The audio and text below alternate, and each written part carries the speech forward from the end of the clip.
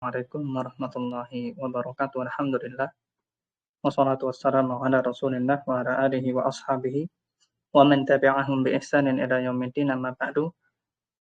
Insyaallah di sore kali ini kita akan melanjutkan pembahasan dari pengantar Madhab Hambali. Di pertemuan sebelumnya kita sudah membahas tentang geografi singkat Imam Ahmad, kemudian bagaimana madhab Imam Ahmad dan juga madhahib al-arba'ah secara umum, sebenarnya mereka itu bukan berdiri sendiri, melainkan perpanjangan dari fikih para sahabat. Dari madrasah Mekah, madrasah Madinah, madrasah Kufah, yang tentunya semua sahabat ini perpanjangan fikih Rasulullah SAW. Sehingga tuduhan yang menyatakan bahwa madhab itu dibangun tidak di atas dalil, atau madhab itu begini dan begitu, semuanya tidak benar. Ya, itu tuduhan-tuduhan miring kepada madhab, menunjukkan orang tersebut tidak pernah atau mungkin belum tuntas mempelajari madhab. Apa yang dimaksud dengan madhab fikih?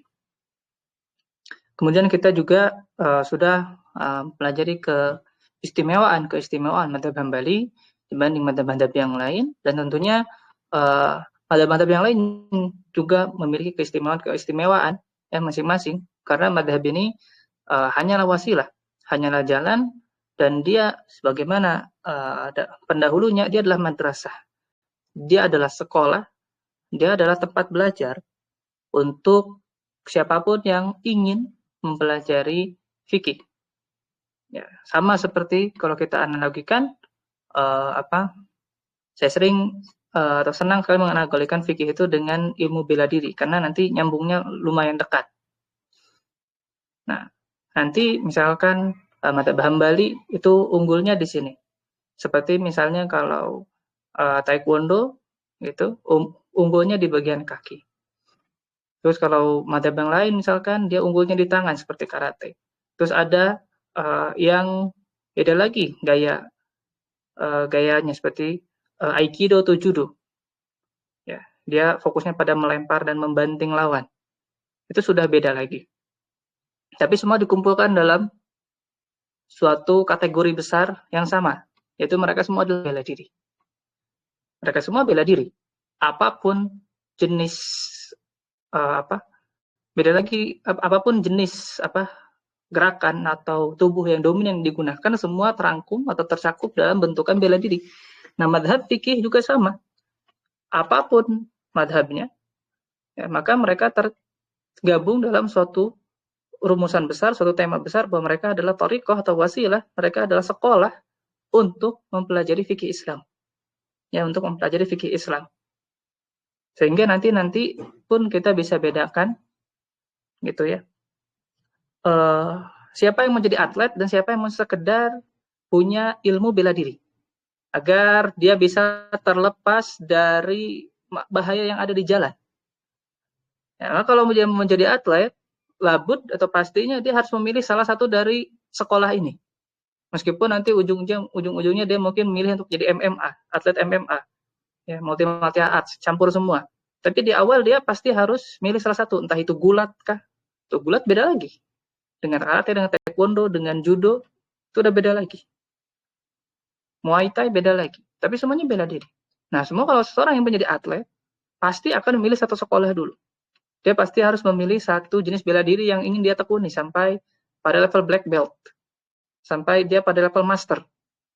Baru setelah itu mungkin dia akan coba dengan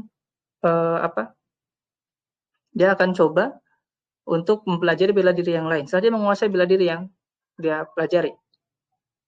Dan tentunya nanti kita akan tahu bahwa jurus yang digunakan, yang dihafal, gitu ya, saat belajar bela diri itu pasti akan beda dengan praktek. Ketika kita berantem, nggak mungkin kita akan ikuti sequence atau urutan jurus yang kita hafal. Pasti kita harus improve. Pasti kita harus akan memilih mana yang lebih cocok digunakan jurus ini ketika melawan penjahat di jalan. Nah, begitu juga fikih. Fikih belajarnya ya begitu, ya, sesuai dengan urutan babnya, tapi ketika nanti praktek, ketika nanti fatwa, maka di situ fleksibel. Apa yang cocok saat itu digunakan, maka itu yang digunakan. Dia tidak akan saklek mengikuti apa yang harus dipelajari. Dia akan fleksibel mengikuti apa yang harus dia amalkan dan praktekkan di situ. Dan orang awam apakah dia harus bermadhab? Maka jawabannya sama seperti bela diri tadi. Dia kalau nggak ada keinginan untuk jadi atlet, ya nggak perlu. Dia pilih saja comot sana sini, sing penting gitu, yang penting dia di jalan aman gitu. Kalau ada yang mau nodong dia dengan pisau, mau nodong dia, misalnya dia mau dipukulin orang, dia bisa membela diri. Terlepas dari apa madhab bela dirinya. Maka orang awam tidak perlu melihat madhab apa dia mengikuti. Dia cukup amalkan saja apa yang dia yakini itu benar. Adapun penuntut ilmu, kalau seorang penuntut ilmu ingin menjadi seorang faqih, ingin menjadi seorang yang ahli, pasti mau nggak mau harus mengikuti suatu thariqah madhab. Meskipun di ujungnya dia akan melepaskan madhab itu, tapi labud pasti di awal dia harus memilih suatu madhab. Ya, dia pasti harus memilih suatu madhab. Nah makanya analogi tadi ya, antara bela diri dan madhab itu enak gitu, karena kita akan bisa membedakan mana untuk awam, mana untuk atlet ya, atau menuntut ilmu. Orang awam nggak peduli madhab dia apa, ya, dan juga penuntut dan juga baik itu orang awam yang pingin bela diri atau orang awam yang pingin belajar fikih, ya dia nggak akan peduli madhabnya apa. Sing penting dia bisa beramal, sing penting dia bisa mengamalkan apa yang dia pelajari, dia bisa selamat. Adapun yang mau jadi atlet ya pasti harus pilih, entah jadi atlet taekwondo kah, nggak mungkin dia bisa jadi atlet misalkan 3 atlet, 4 atlet, 5 atlet bela diri yang sama, nggak mungkin, karena setiap bela diri butuh ketekunan, butuh disiplin, butuh mempelajari asas-asas bela diri yang harus dikuatkan. Kalau dia belajar taekwondo, mungkin kuatkan di kaki. Kalau belajar di judo, dia keseimbangannya yang dicek. Karate berarti tangannya. Nah itu kalau dia pelajari sekaligus tiga-tiganya, terbayang sulit. Sama seperti kita belajar madhab. Setiap madhab ada usulnya. Setiap madhab ada tahapannya. Setiap madhab ada thariqah belajarnya. Dan itu tidak bisa kita campurkan, gabungkan dalam suatu waktu yang sama. Itu belum terdengar. Gitu. Belum terdengar. Dan para ulama yang sanggup langsung dipelajari secara dan jadi ahli langsung di 4 madhabnya. Yang ada, kalau kita pelajari sejarah, dia akan belajar di sini satu madhab dulu, kemudian dia berpindah ke madhab yang lain. Ya. Atau mungkin dia ikuti satu madhab dulu, kemudian dia menjadi seorang mujtahid mutlak. Itu yang kita pelajari di sejarah. Ya. Dan di sini kita akan melihat, ya, nanti kita akan pelajari bagaimana tata cara seseorang nanti di ujung, kita akan perlihatkan bagaimana seorang menjadi seorang hambali, ya, dan nantinya tentunya dia dengan modal kehambaliannya bisa menjadi seorang faqih yang nanti sama seperti para ulama madhab Hambali yang lain, mereka ada yang memilih untuk terlepas dari madhab Hambali. Ini tuh normal. Dalam madhab Hambali itu justru tokoh-tokohnya banyak yang tokoh-tokoh besarnya di ujung ketika mereka sudah mencapai pada derajat mujtahid, mereka memilih untuk terlepas dari madhab Hambali. Tapi tetap di awal mereka menyatakan mereka Hanabilah di awal. Kemudian setelah sampai pada derajat tertentu, mereka melepaskan kehanabilahan mereka dalam sisi memilih pendapat muktamad. Mereka memilih pendapat apa yang mereka kuat. Ya, kita sebut dengan tarjih. Itu adalah level tertinggi dalam pembelajaran fikih. Ya. Sekarang kita masuk ke perkembangan madhab Hambali. Madhab Hambali itu kalau kita lihat secara perkembangan, dan ini setiap ulama ikhtiari ya. Jadi maksudnya ijtihadi afwan. Jadi ijtihadi. Setiap ulama akan punya beda memandang bagaimana madhab Hambali ini berkembang. Nah, termasuk tokoh-tokoh yang ada pada setiap fasenya. Tapi ini yang kami pilih. Jadi perkembangan madhab Hambali terbagi menjadi 3 tahapan. Yang pertama dia nasy'atu madhab Hambali. Jadi dia pertama kali muncul. Ya. Dan disebut juga dia adalah bagian mutaqaddimin.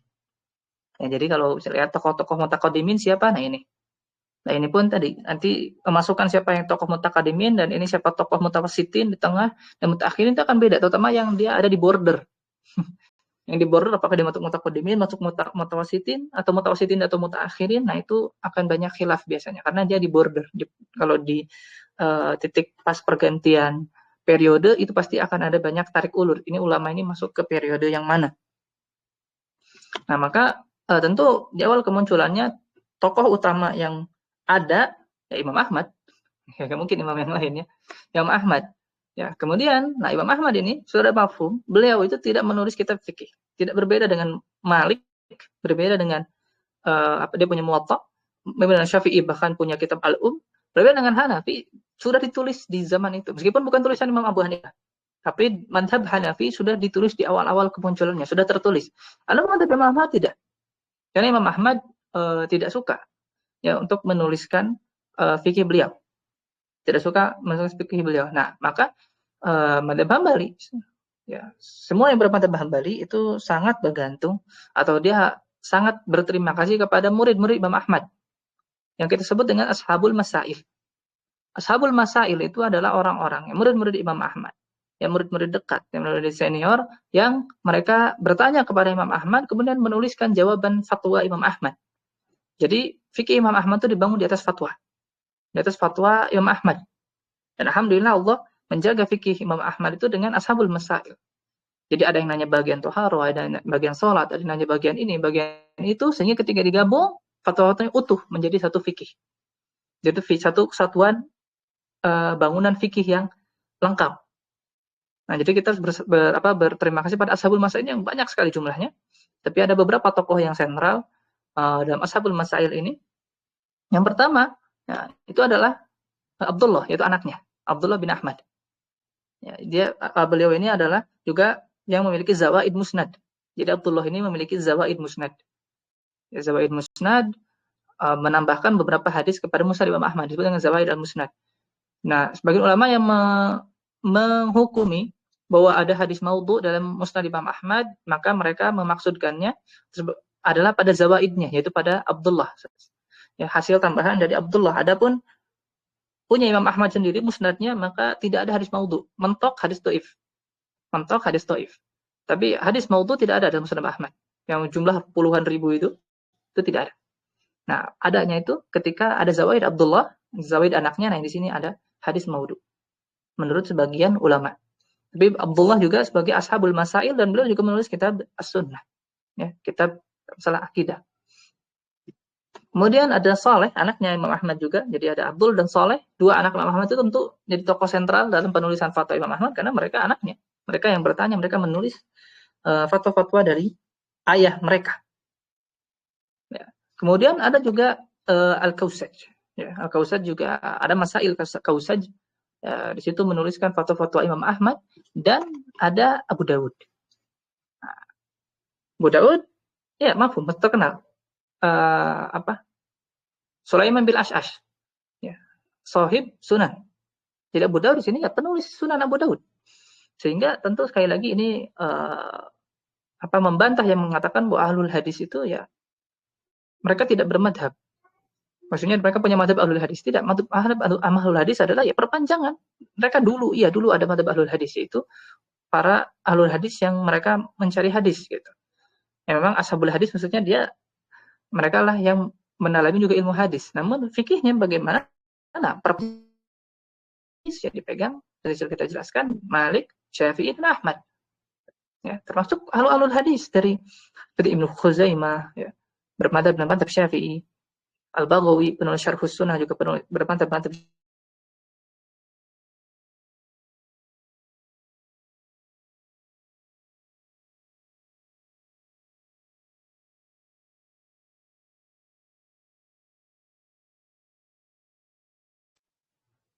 Dikatakan juga Ishaq bin Rohuyah. Dikatakan Ishaq bin Rohuyah juga termasuk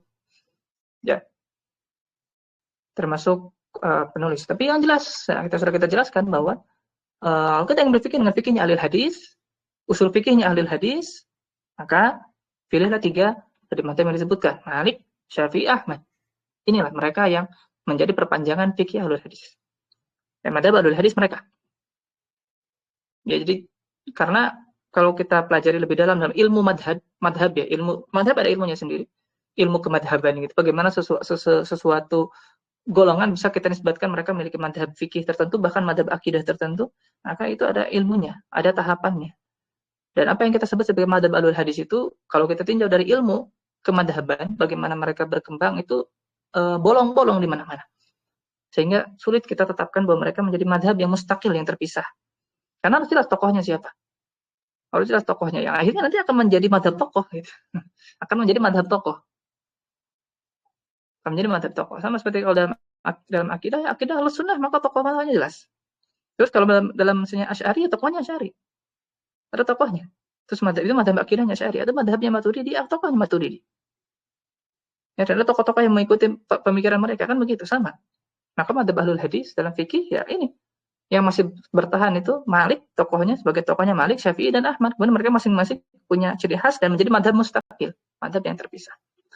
Dan Abu Daud, penulis Sunan, jelas dia adalah murid Imam Ahmad. Dan murid Imam Ahmad ada Tirmidzi, ada Bukhari. Ya, juga murid-murid Imam Ahmad. Adapun Bukhari dan Muslim, dikatakan mereka mujtahid terpisah. Sehingga mereka tidak mengikuti fikih tertentu. Ya, mereka punya madhab fikih sendiri. Kalau Tirmidzi, saya belum cek lagi. Dan Nasai kila dikatakan Nasai bermadhab Syafi'i. Tapi ada yang mengatakan baik Tirmidzi dan juga Nasai mereka mujtahid mustaqil. Mereka terpisah, mujtahid mutlak. Abu Daud sudah mafhum, dia ada bermadhab Imam Ahmad. Ada Kirmani, ya Kirmani juga punya kitab I'tiqad Madzhab Arba'ah. Ya, saya lupa judul tepatnya, tapi beliau memiliki ijma empat madhab fikih Ahmad, Abu Hanifah, Syafi'i, dan Malik dalam akidah. Ijma akidah Ahlussunnah kama hakahu Al-Harb Al-Kirmani. Kalau tidak salah judulnya segitulah. Nah, makanya kita lihat lihat tokoh-tokoh di sini punya kitab akidah semua. Nah, seperti yang sudah kita jelaskan, Imam Ahmad itu punya ciri khas orang-orang yang berpantang dengan madhab Imam Ahmad punya perhatian yang luar biasa kepada masalah akidah Ahlussunnah wal Jamaah. Kemudian ada Al-Maruzi, ada Ibnu ada beberapa tokoh yang lain, ya, dan seterusnya banyak sekali, ya, sehingga akhirnya fikih Imam Ahmad itu dia terwariskan gitu ya. Karena madhab-madhab yang lain tidak terwariskan sehingga mati. Seperti Sufyan Ats-Tsauri punya madhab sendiri, tapi murid-muridnya tidak mewariskan. Terutama ketika Ats-Tsauri berijtihad untuk membakar semua kitab-kitabnya. Karena beliau waktu itu jadi buronan, ya, ketika masa-masa fitnah, akhirnya beliau membakar semua kitabnya. Akhirnya tidak ada yang melanjutkan fikih beliau. Ibnu Jarir, sahib tafsir, ya, pemilik tafsir, beliau juga punya fikih. Dulunya Syafi'i menjadi mujtahid mutlak, maka beliau pun punya madhab namanya Jariri, Ibnu Jarir At-Tabari. Tapi beliau pun tidak ada murid-murid yang melanjutkan fikih beliau. Nah, jadi sebagaimana Al-Laits bin Sa'ad, gurunya Imam Syafi'i di Mesir, beliau Al-Laits punya murid. Dan akhirnya Imam Syafi'i juga jadi murid Al-Laits. Tapi ketika Al-Laits meninggal, murid-muridnya Al-Laits malah melanjutkan madhabnya Imam Syafi'i, tidak melanjutkan madhabnya Al-Laits. Nah, makanya murid itu adalah salah satu yang mewarisi pemahaman gurunya. Yang mewarisi pemahaman gurunya, mewarisi warisan keilmuan gurunya. Kemudian Al-Khallal. Nah, ini tokoh paling sentral dalam madhab Imam Ahmad. Semuanya harus berterima kasih kepada Al-Khallal. Kenapa? Karena beliaulah yang mengumpulkan seluruh masail itu. Masail itu kan terpisah-pisah, ya, ada di Abdullah, ada di Saleh, ada di Kausaj, ada di Abu Daud. Nah, Al-Khallal ini, beliaulah yang mendatangi ashabul masail. Didatangilah satu-satu, dicarilah peninggalan-peninggalan ashabul masail, ya, yang masih hidup, didatangi, yang meninggal beliau kumpulkan, pokoknya digabung semua, dan beliau menulis kitab Al-Jami' li Ulumil Imam Ahmad. Dan kitabnya mafqud. Kitabnya tidak ada. Ya, kitabnya tidak ada. Jadi beliau benar-benar mengumpulkan seluruh, karena disebut judulnya Al-Jami' li Ulumil Imam Ahmad. Jadi beliau mengumpulkan seluruh ilmu Imam Ahmad dari murid-muridnya, dari ashabul masail. Tapi sayangnya mafqud, tidak sampai kepada kita. Tidak ditemukan naskah manuskripnya. Manuskripnya tidak sampai kepada kita. Makhtutotnya. Dan beliau mengumpulkan ilmu Imam Ahmad dari ashabul masail, termasuk fikihnya. Dan kemudian, kita harus berterima kasih lagi kepada ini tadi judulnya Al-Jami' li Imam Ahmad. Kita berterima kasih pada muridnya Al-Khallal. Nah, tadi lihat, fungsi murid itu adalah melanjutkan keilmuan guru. Jadi kita juga tidak heran, ya, kalau misalnya seseorang berguru itu kan kepada seseorang ulama, dan mereka lebih memilih untuk mengajarkan kitab milik gurunya. terutama kalau kitabnya memang munasib, cocok untuk diajarkan. Ya, cocok untuk diajarkan. Oleh karena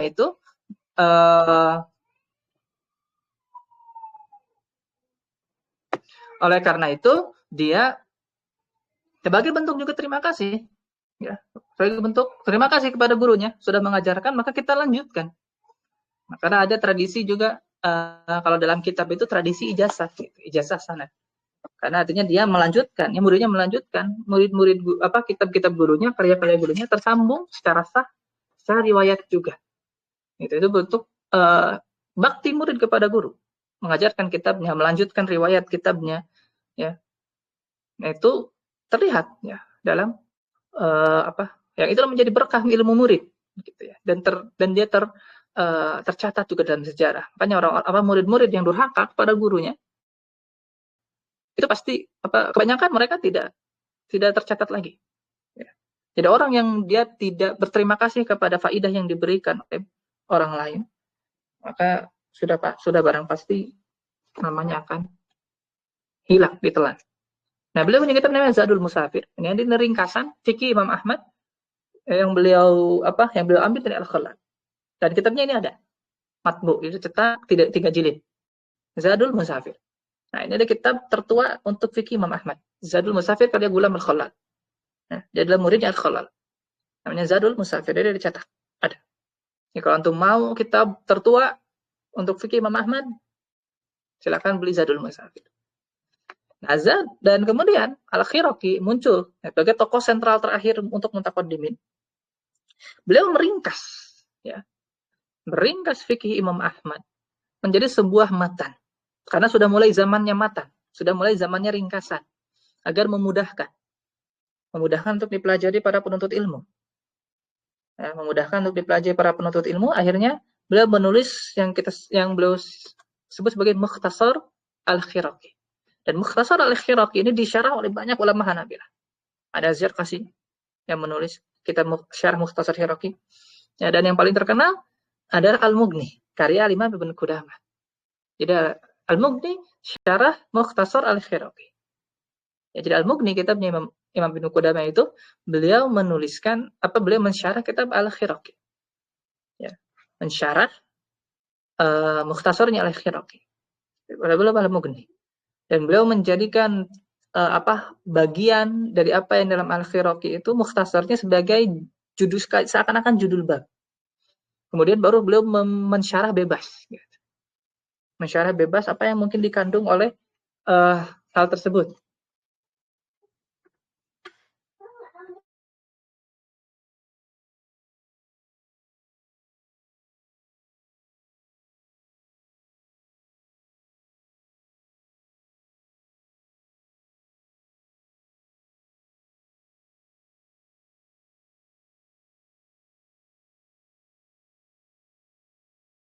Nah, ini Al-Khiraqi.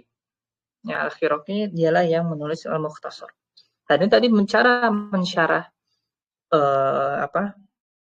bagian dari kitab yang disyarah secara bebas. Nah, ini memang banyak gitu di Indonesia yang seperti itu. Sehingga memang kitabnya jadi akan sangat lama selesai. Sangat lama selesai. Karena kan hatta nggak selesai-selesai. Karena dia menjadikan mungkin ibarah dalam matannya, kemudian disyarah bebas. Sehingga kitabnya nggak selesai sudah bertahun-tahun. Itu apakah syarah seperti itu diperbolehkan? Ya boleh. Itu tergantung target audiensnya. Ya. Jadi kita ditulis sesuai dengan target audiens. Nah, adapun kalau kita ingin mempelajari thoriqohnya kita sebagai penuntut ilmu, maka thoriqoh itu tidak cocok. Ya, tidak cocok kalau untuk penuntut ilmu.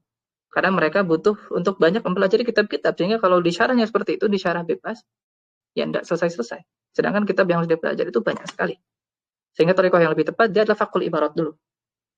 Ya, fakul ibarat, fokus kepada ibarah matan, kemudian saya kasih dalil, kemudian dikasih sedikit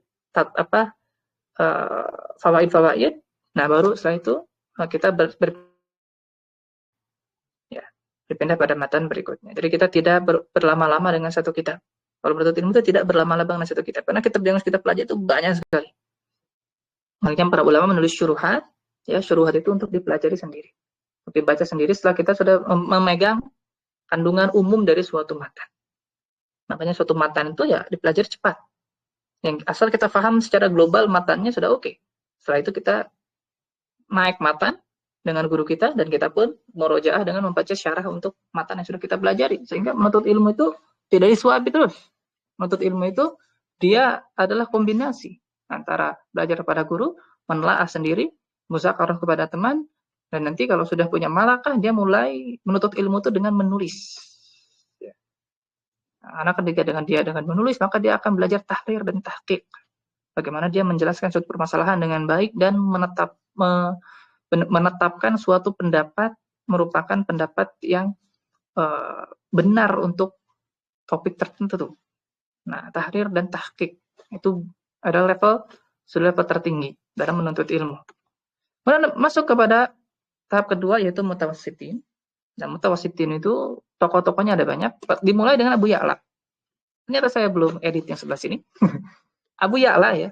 Al-Qadi Abu Ya'la, bukan Abu Ya'a ya. Tapi Abu Ya'la, Al-Qadi Abu Ya'la. Nah, beliau ini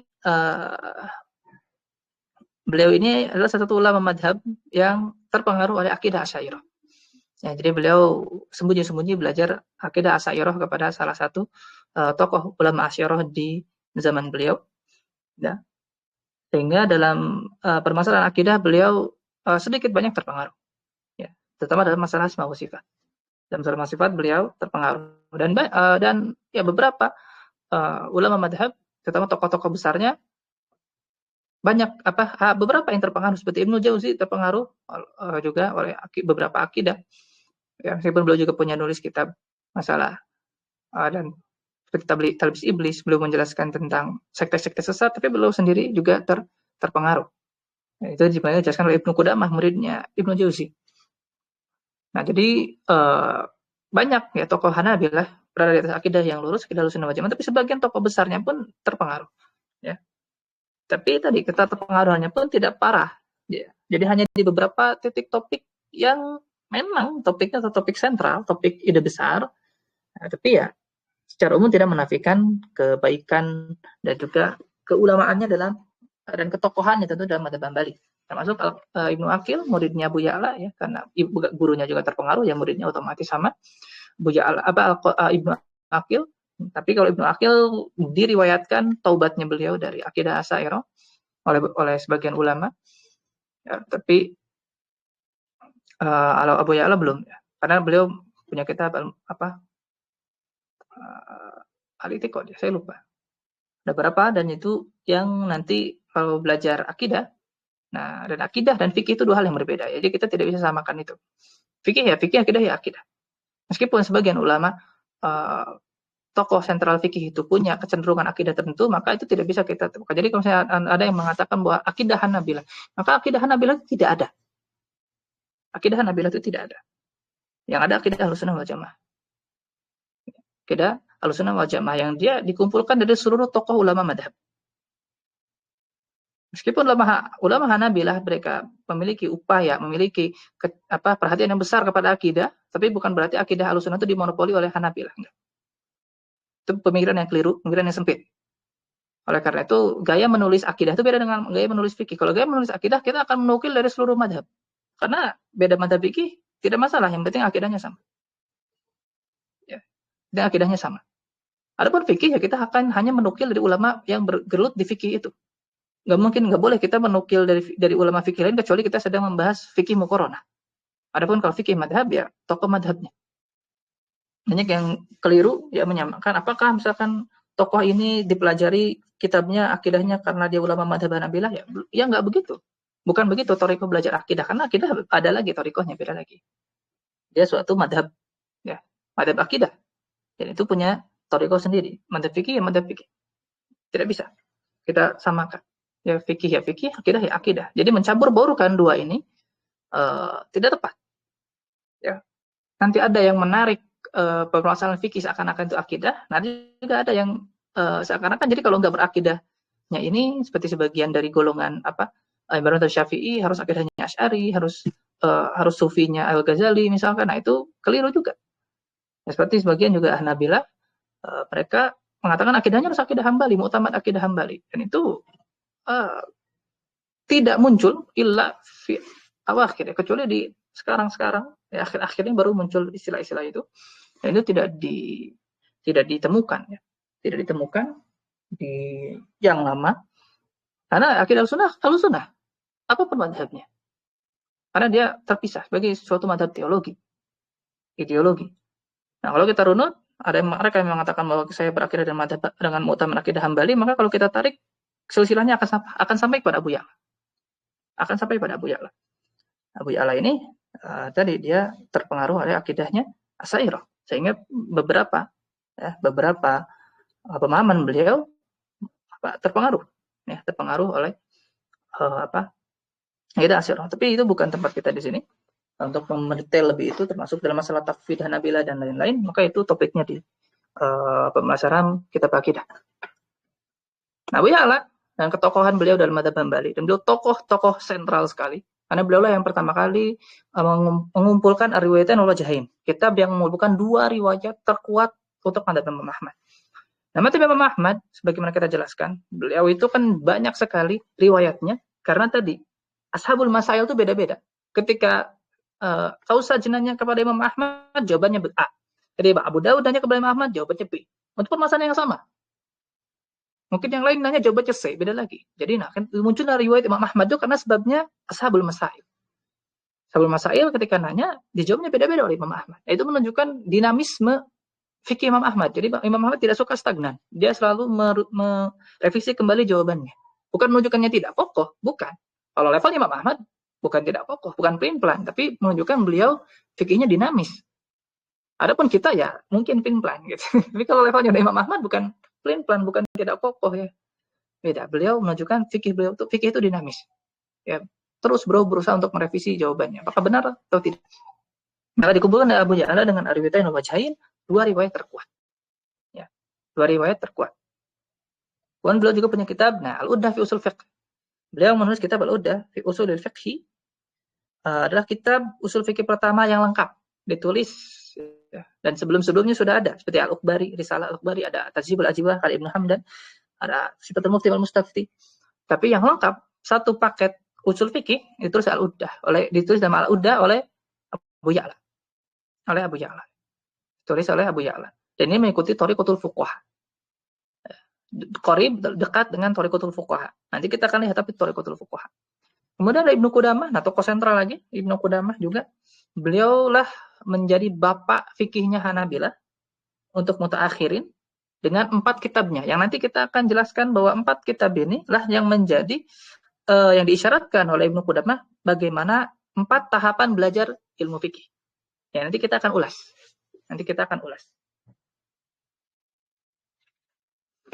Yang pertama ada Umdatul Fiqh. Ya.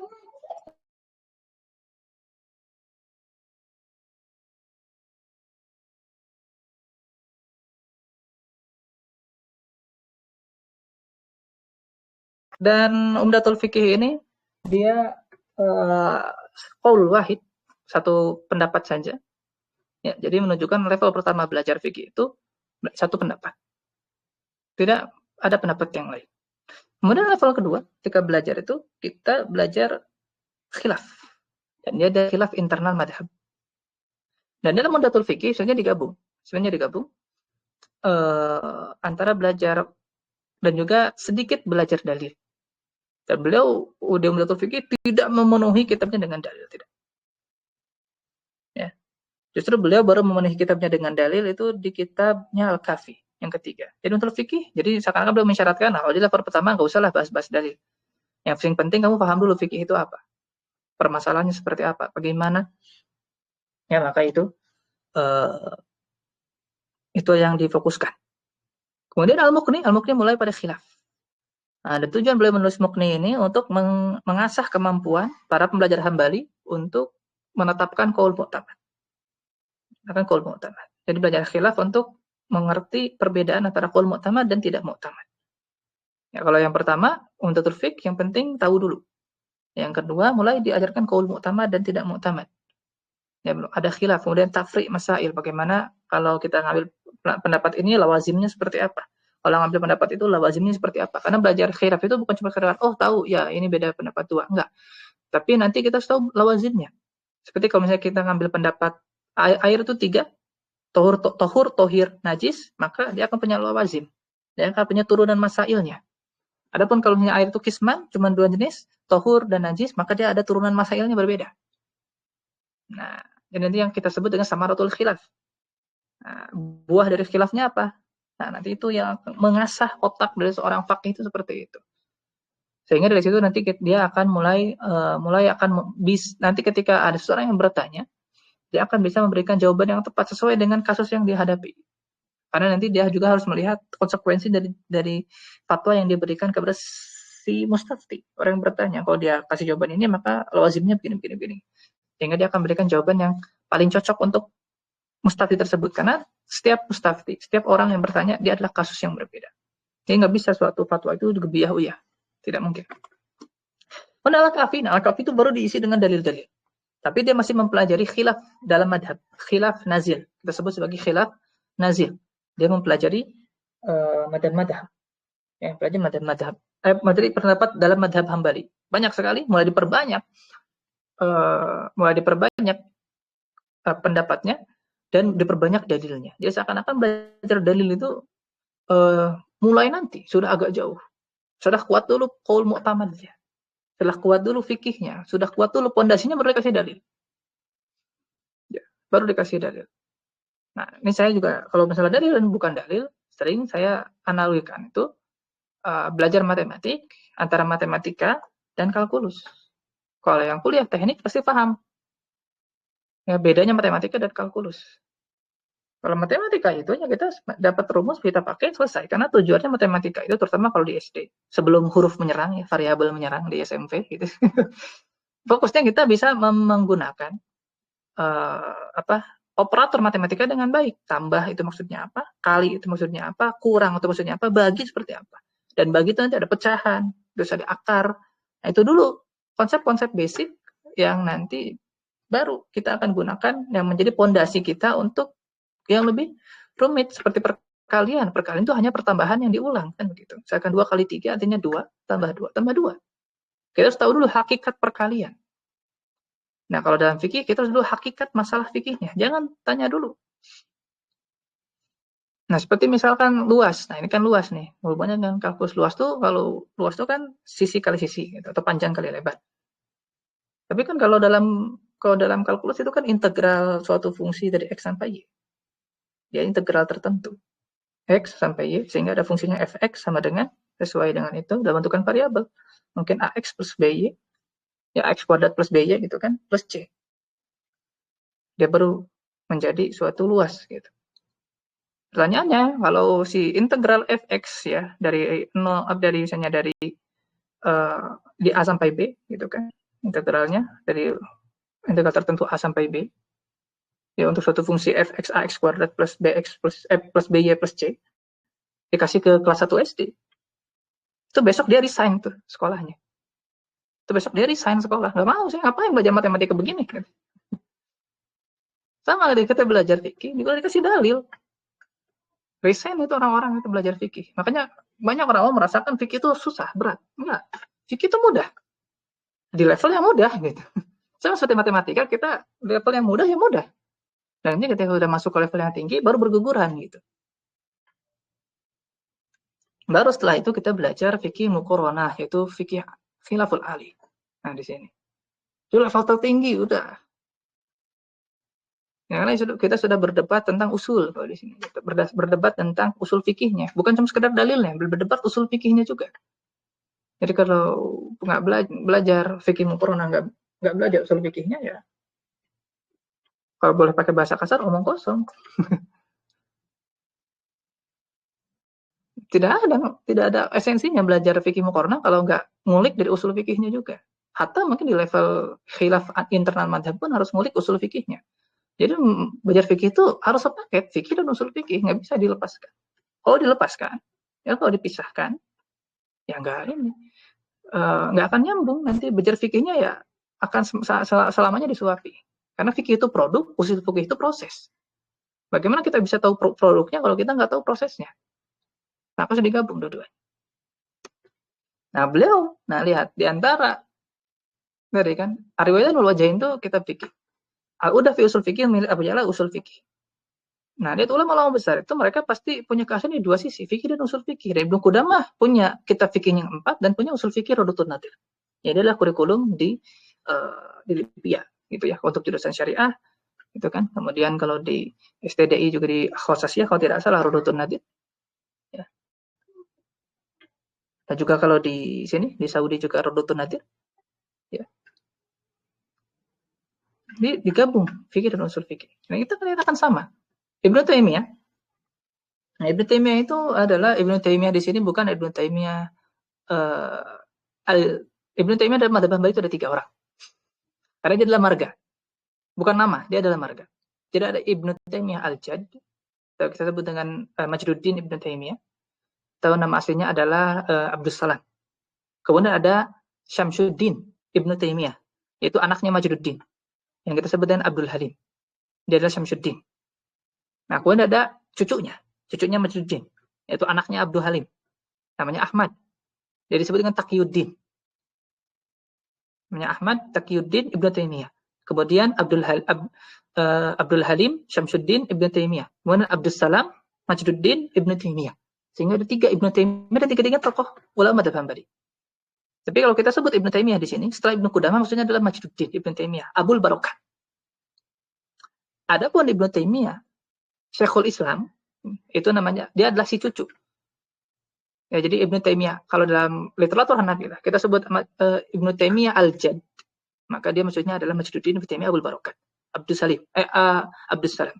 Kemudian ada Syamsuddin, ya, Syamsuddin Abdul Halim, ya. Kemudian ada Taqiyuddin Ahmad Syekhul Islam. Adapun Ibnu Taimiyah ini dia menulis kitab Muharrar. Muharrar ini adalah satu kitab dengan Al-Muqni, dia adalah muktamad di level mutawassitin. Dia adalah muktamad di level mutawassitin. Nah, yang Muqni ini nanti akan menjadi umdah atau menjadi pondasi untuk muktamad di mutaakhir. Kita punya kitab Muharrar. Ada punya kitab Al-Muntaqwa Al-Akhbar. Nah, ini kitab hadis yang hampir 5.000 ya hadisnya. Fikih, hadis, kemudian dan Al-Musawwadah. Nah, ini hijau harusnya gambar warnanya karena dia adalah usul fikih. Al-Musawwadah li Alu Taimiyah. Jadi Al-Musawwadah itu karya 3 orang tadi. Kakek, cucu, kakek, anak, cucu gitu. Al-Musawwadah itu li Alu Taimiyah disebutnya. Li Alu Taimiyah, milik keluarga Taimiyah karena ditulis oleh Majduddin Ibnu Taimiyah, Syamsuddin Ibnu Taimiyah dan Taqiyuddin Ibnu Taimiyah. Jadi kalau antum baca di Insaf, misalkan baca di kitab Hanabilah, katakan ini adalah pendapat Syekh Taqiyuddin. Nah, maksudnya adalah Syekhul Islam. Kalau dikatakan Al-Majid, nah maksudnya adalah Ibnu Taimiyah kakeknya. Biasanya disebutnya Wal Majid, Ikhtarahul Majid. Nah, maksudnya dia adalah Ibnu Taimiyah si kakek ini, Abul Barakat, penulis kitab Al-Muharrar. Jadi kalau antum cek Syekhul Islam menurut Hanabilah, maka dia adalah Ibnu Qudamah justru. Kalau Hanabilah mengatakan Syekhul Islam, maka maksudnya Ibnu Qudamah. Jadi gelar umum ya dan gelar khusus maksudnya gelar yang khusus istilahnya Hanabilah itu beda lagi. Jadi jangan disamakan. Kalau antum cari Syekhul Islam menurut Syafi'iyah yaitu Ibnu Hajar Al-Asqalani. Dan Syekhul Islam Zakaria Al-Ansari. Beda lagi Syekhul Islam. Jadi gelar Syekhul Islam itu harus dilihat. Kalau menurut Ahlus Sunnah, maka kalau disebut Syekhul Islam bisa Muhammad bin Abdul Wahhab, bisa Ibnu Taimiyah kalau kita lagi sedang membicarakan akidah. Atau secara umum. Adapun kalau dalam Thariq Hanabilah, maka Syekhul Islam itu adalah Ibnu Qudamah. Kalau Ibnu Taimiyah, Ahmad bin Abdul Halim bin Abdus Salam maksudnya adalah Syekh Taqiyuddin. Nah, itu harus tahu ya mustalahat madhab. Karena itu biar nggak keliru. Kemudian ada Mufli. Ibnu Mufli ini adalah muridnya Syekhul Islam, Syekh Taqiyuddin. Nah, beliau punya kitab namanya Al-Furu'. Ini kitab tentang khilaf madhab. Ya. Tetapi beliau menyamakan khilaf madhab ini dengan kitab dengan madhab-madhab yang 4. Jadi beliau mengatakan ini adalah pendapat Hambali yang bersesuaian dengan madhab Hanafi. Ini adalah pendapat madhab Hambali bersesuaian dengan Maliki. Ini adalah pendapat Hambali bersesuaian dengan Syafi'i. Nah, itu kelebihan kitab Al-Furu'. Sehingga ini kita bisa merujuk bahwa banyak pendapat madhab Hambali yang bersesuaian dengan madhab lain. Di awal saya bilang, Ketika mengatakan bahwa Hanabilah keluar dari pendapat Hanabilah, maksudnya keluar dari pendapat Mu'tamad, pindah ke pendapat madhab yang lain, yang itu kebetulan bersamaan dengan tadi Mu'tamad madhab lain. Dia pindah ke pendapat madhab Hambali yang kedua atau yang ketiga, dan itu bersesuaian dengan madhab Syafi'i misalkan, atau bersesuaian dengan madhab Maliki misalkan. Nah, itu kita ketahui dari mana? Kitabul Furu'. Cek Kitabul Furu'. Karya Ibnu Muflih. Dan juga Ibnu Muflih punya kitab Ushulul Fiqh. Punya kitab Ushulul Fiqh. Lihat tokoh-tokoh yang sentral ya dalam masalah dalam masalah menjadi tokoh sentral madhab itu, dia mengarang di dua sisi, usul fikih dan fikihnya. Dan al-furu' nanti akan menjadi umdah untuk tashih di level di mutaakhirin, dan juga usul fikihnya Ibnu Muflih itu menjadi umdah, menjadi pegangan untuk mutaakhirin yang nanti akan dilakukan oleh Al-Mardawi.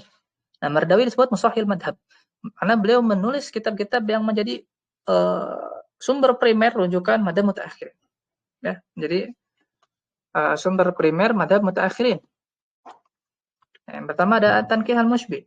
Dia adalah syarah untuk Muqni. Muqninya Ibnu Qudamah. Ya. Kemudian beliau punya kitabul Insaf, syarahnya Muqni. Jadi beliau punya dua syarah Muqni, At-Tanqih al-Mushbih dan juga Al-Insaf. Kemudian beliau punya syarahnya Al-Furu', disebut dengan Tashihul Furu'. Nah, tiga kitab ini, ya nanti kita akan ulang lagi, ini adalah umdah bagi mutaakhirin. Dia adalah pegangan untuk menetapkan qaul mu'tamad madhab. Ingdal mutaakhirin, menurut mutaakhirin. Dan beliau punya kitab usul fikih yang bernama At-Tahrir. Yang ini ringkasan dari usul fikihnya Ibnu Muflih. Dari Ibnu Muflih, beliau meringkas, ya, Ibnu Muflih itu meringkas usul fikihnya dari Kitabul Uddah karya Abu Ya'la, Kitabul Wadih karya Ibnu Aqil, dan Kitabul Tamhid karya Abu Khattab Al-Kalwazani. Sehingga Uddah, usul fikih dan tahrir, mereka jaro ala madhabil fuqaha. Mereka lebih dekat dengan madhabul fuqaha dalam thariqatut ta'lif untuk usul fikih. Nanti kita ulang lagi. Kemudian ada pun Raudhatun Nadir, karena dia merupakan ringkasannya dari Mustasfa, maka dia jaro ala thariq al-mutakallimin atau thariq al-syafi'iyah, atau disebut dengan thariq al-jumhur. Nanti kita akan lihat perbedaannya. Ya, kita akan lihat perbedaannya.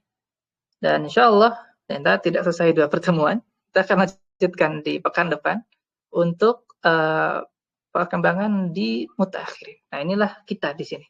Kita di mutaakhirin, kita akan lihat beberapa tokoh sentralnya seperti Al-Futuhi, kemudian ada Al-Hajjawi, kemudian ada Al-Mari Al-Karmi, juga ada Al-Buhuti. Ya, ini adalah tokoh-tokoh sentral di Hanabilah mutaakhirin.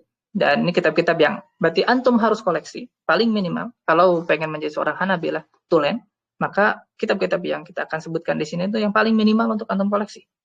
Ya, terlepas, dan juga nanti ada beberapa mutaakhirin, ya kitab-kitab mutawasitin yang harus dikoleksi. Kemudian nanti di pekan depan kita akan baca Qaul Mu'tamad, ya, dan nanti juga ada Thariqah, ya. Kita akan belajar Thariqah, tashih, Thariqah belajar madhab Hambali dari matan ke matan, dan juga usul fikihnya di pekan depan, insyaallah taala. Kita tutup dengan doa kafaratul majlis. Subhanakallahumma wa bihamdika, asyhadu an la ilaha illa anta, astaghfiruka wa atubu ilaik. Assalamualaikum warahmatullahi wabarakatuh.